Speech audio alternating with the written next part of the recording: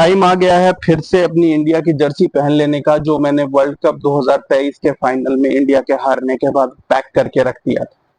Time आ गया है क्योंकि इंडिया सेमीफाइनल्स तक पहुंच गई है और सेमीफाइनल्स से ही असली वर्ल्ड कप स्टार्ट होता है इंडिया का। इंडिया जब से वर्ल्ड कप में आई थी, कॉन्फिडेंस था कि सेमीफाइनल तक तो टीम इंडिया चली ही जाएगी, लेकिन असली वर्ल्ड कप अब शुरू होता है। आप सबको पता है कि पिछले 10 सालों से इंडिया हर आईसीसी टूर्नामेंट में बहुत बढ़िया परफॉर्म करती रही है, सेमीफाइनल्स फाइनल्स तक जाती रही है, एक्सेप्ट 2021 का वर्ल्ड कप।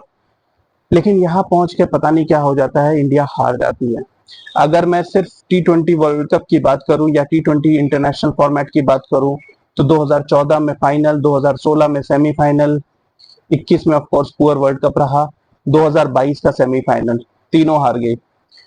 ऑल फॉर्मेट्स में यही प्रॉब्लम रही है। 15 और 19 में इंडिया सेमीफाइनल हार गई ओडीआई वर्ल्ड कप का और 23 में फाइनल।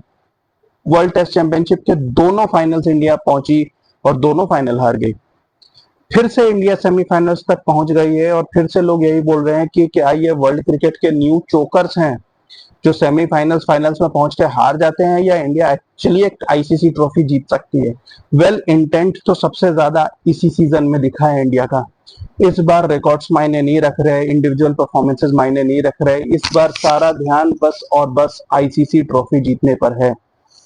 जितने बैट्समैन हैं, अगर आप देखोगे तो किसी भी एक बैट्समैन पर डिपेंडेंट नहीं दिखी है टीम इंडिया। किसी मैच में रोहित शर्मा ने परफॉर्म किया है, किसी में ऋषभ पंत ने, किसी में सूर्य कुमार यादव ने, तो कभी हार्दिक पांड्या ने परफॉर्मेंस दी है। Bowling wise of course Bumrah India के टॉप बॉलर रहे हैं, लेकिन अर्शदीप सिंह ने भी कंसिस्टेंटली विकेट्स ली है, कुलदीप यादव ने बढ़िया बॉलिंग की है, अक्षर पटेल अपना रोल करते आए हैं, हार्दिक पांड्या ने भी बढ़िया सपोर्ट रोल निभाया है।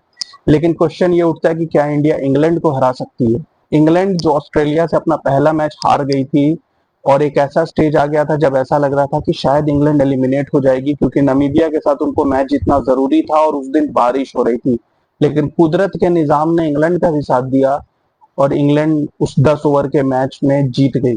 वो मैच जीतने के बाद इंग्लैंड बिल्कुल अनस्टॉपेबल दिखी है। हालांकि साउथ अफ्रीका से वो एक क्लोज गेम सुपर 8 में भी हार गए थे, लेकिन वेस्ट इंडीज को उन्होंने क्रश किया, यूएसए को क्रश किया और ये दिखाया है कि उनकी टीम में अभी भी इतनी जान बाकी है कि वो टाइटल डिफेंड कर सकते हैं। आपको याद हो, इंग्लैंड करेंटली T20 इंटरनेशनल्स के चैंपियन है। अभी तक T20 फॉर्मेट में किसी भी टीम ने back to back 2 world cups नहीं जीते हैं। वेस्ट इंडीज ने एक ईयर बीच करके जीता था 2012 और 2016 में, लेकिन इंग्लैंड के पास एक ग्रैंड अपॉर्चुनिटी है back to back world cups जीतने का।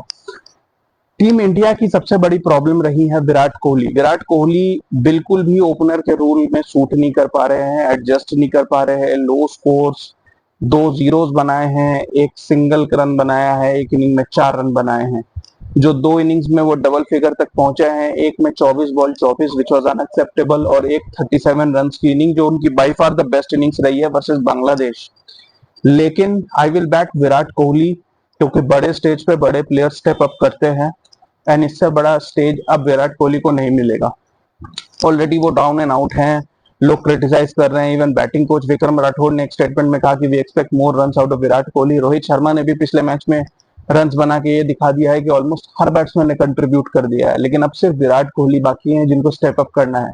विराट कोहली एक बहुत बड़े बैट्समैन है और उनका फॉर्म भी सही चल रहा है। आईपीएल में वो ऑरेंज कैप होल्डर थे।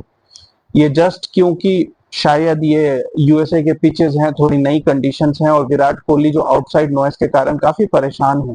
वो भले ही कहते हो मैं आउटसाइड नॉइस पे ध्यान नहीं देता, लेकिन डेफिनेटली उसका असर उनकी बैटिंग पे आया है। अब उनके पास एक गोल्डन अपॉर्चुनिटी है, क्योंकि अगर वो सेमीफाइनल्स और फाइनल्स में स्कोर करते हैं तो लोग भूल जाएंगे कि ग्रुप स्टेज में उन्होंने क्या किया था। इंडिया की दूसरी प्रॉब्लम रहे हैं शिवम दुबे, जो कि अपनी टीम में पोजीशन बनाने के लिए ज्यादा खेलते दिखते हैं रादर देन टीम के लिए। शिवम दुबे कई बार आके स्टार्टिंग में एक 6 और एक 4 मार के ऐसा लगता है कि आज का दिन शिवम दुबे का है, लेकिन फिर वो सिंगल्स लेने लगते हैं, डॉट बॉल्स खेलने लगते हैं। ऐसा लगता है 25-30 रन बना दूं ताकि अगला मैच मिल जाए।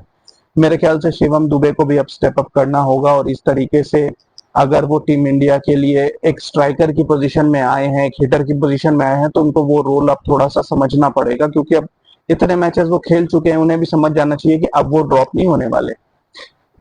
तीसरी प्रॉब्लम रहे हैं रविंद्र जडेजा। रविंद्र जडेजा की परफॉर्मेंस काफी एवरेज रही है इस वर्ल्ड कप में।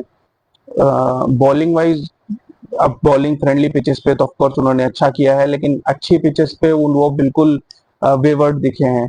उनकी बैटिंग में भी अब फिलहाल वो असर नहीं दिख रहा कि वो बैटिंग में आके गेम चेंज कर सकें। तो रविंद्र जडेजा को भी थोड़ा स्टेप अप करना पड़ेगा। अक्षर पटेल उनसे बहुत ज्यादा बेटर परफॉर्म कर रहे हैं उसी रोल में जो जडेजा करते थे। तो ओवरऑल टीम इंडिया के लिए कुछ फ्लॉज हैं, लेकिन टीम इंडिया फिलहाल अनडिफिटेड रही है। और टीम इंडिया का सबसे बड़ा प्रॉब्लम यह है कि टीम इंडिया ने अभी तक इस टूर्नामेंट में बड़े मैच में चेज किया ही नहीं है। पाकिस्तान के साथ उनकी पहले बैटिंग आई, ऑस्ट्रेलिया के साथ उनकी पहले बैटिंग आई, इनफैक्ट अफगानिस्तान और बांग्लादेश जो सुपर 8 के दो टीम्स थे उनके साथ भी उनकी पहले ही बैटिंग आई। चेस किया है इंडिया ने 2 बार, आयरलैंड के खिलाफ 96 का चेस था which was not that challenging. USA के खिलाफ 110 के चेज में उनकी हालत खराब हो गई थी। इनफैक्ट सूर्य कुमार यादव का एक आसान सा कैच छूट गया था, वरना वो मैच फंस सकता था। तो टीम इंडिया एक्चुअली में टेस्ट हुई नहीं है। जस्ट लाइक अफगानिस्तान, अगर टीम इंडिया की सेकंड बैटिंग आ गई वर्सेस इंग्लैंड तो एक इंटरेस्टिंग गेम हो सकता है। पता नहीं होगा कि टीम इंडिया चेज में कैसा परफॉर्म करेगी। बैटिंग वाइज भी टीम इंडिया में रोहित शर्मा ने पिछले मैच में एक आउटस्टैंडिंग इनिंग्स खेली, लेकिन कंसिस्टेंसी किसी भी बैट्समैन में नहीं दिखी। हर बैट्समैन ने पार्ट्स में परफॉर्म किया है। तो यहाँ पर ये इंटरेस्टिंग होगा कि क्या विराट कोहली, ऋषभ पंत ये सब स्टेप अप करेंगे। It's a big challenge. Consistency नहीं है तो आप गारंटी नहीं कर सकते।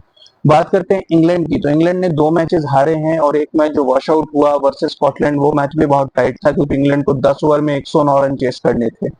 मगर ओवरऑल इंग्लैंड की जो बिगेस्ट वीकनेस थी इस वर्ल्ड कप में वो थी उनकी मिडिल ऑर्डर। मगर fortunately for them Harry Brook को थोड़ी बहुत फॉर्म मिल गई है, लियम लिविंगस्टन ने भी कुछ रन बनाए हैं, तो वो सिचुएशन थोड़ी सी बेटर हुई है। लेकिन स्टिल अगर इंग्लैंड के 2 अर्ली विकेट गिर जाए तो उनकी मिडिल ऑर्डर एक्सपोज हो सकती है। उनकी middle order quality spin bowling जैसे कुलदीप यादव को कितने अच्छे से हैंडल करती है, that will be another big question. England के लिए top 3 are the most important, Jos Buttler, Phil Salt and Jonny Bairstow जो भी नंबर 3 पे बैटिंग कर रहे हैं। अगर इन 3 में से 2 विकेट मिल जाते हैं इंडिया को पावर प्ले में या पहले 6-7 ओवर में तो इंग्लैंड बुरी तरह से फंस सकती है। इंग्लैंड की बॉलिंग में आर्चर हैं, जॉर्डन है, आदिल रशीद हैं, जिन्होंने इंडिया को पहले भी परेशान किया है। मोइन अली भी इंडिया के लिए एक नेमेसिस रहे हैं। मगर इंग्लैंड में फिर भी 1-2 बॉलर्स ऐसे हैं जो काफी रन लीक करते हैं, जैसे टॉपली हो गए, सैम करन को भी अटैक कर सकते हैं। तो इंग्लैंड की बॉलिंग में भी पार्ट्स में अच्छी है और कुछ वीकनेसेस हैं। तो मेरे ख्याल से बॉलिंग वाइज इंडिया ज्यादा स्ट्रांग है इंग्लैंड से। बैटिंग वाइज भी फिलहाल तो इंडिया ज्यादा स्ट्रांग लग रही है, लेकिन इंग्लैंड में वो एक्स फैक्टर प्लेयर्स है जैसे फिल सॉल्ट आपको एक क्विक फायर 20 बॉल 40-45 दे सकते हैं at the start of the innings, जो गेम बदल सकती है।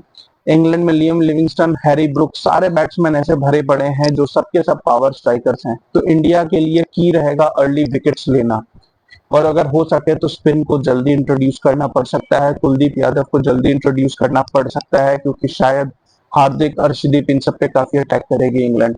तो इंटरेस्टिंग होगा ये सेमीफाइनल। आई होप कि विराट कोहली स्टेप्स अप, विराट कोहली पर एक एक्सक्लूसिव वीडियो आएगी इसके बाद। लेकिन आई स्टिल होप कि India will take revenge of the previous world cup and I will say 70% India 30% England. आपको क्या लगता है कमेंट्स करके बताइए। Keep watching guys, thank you.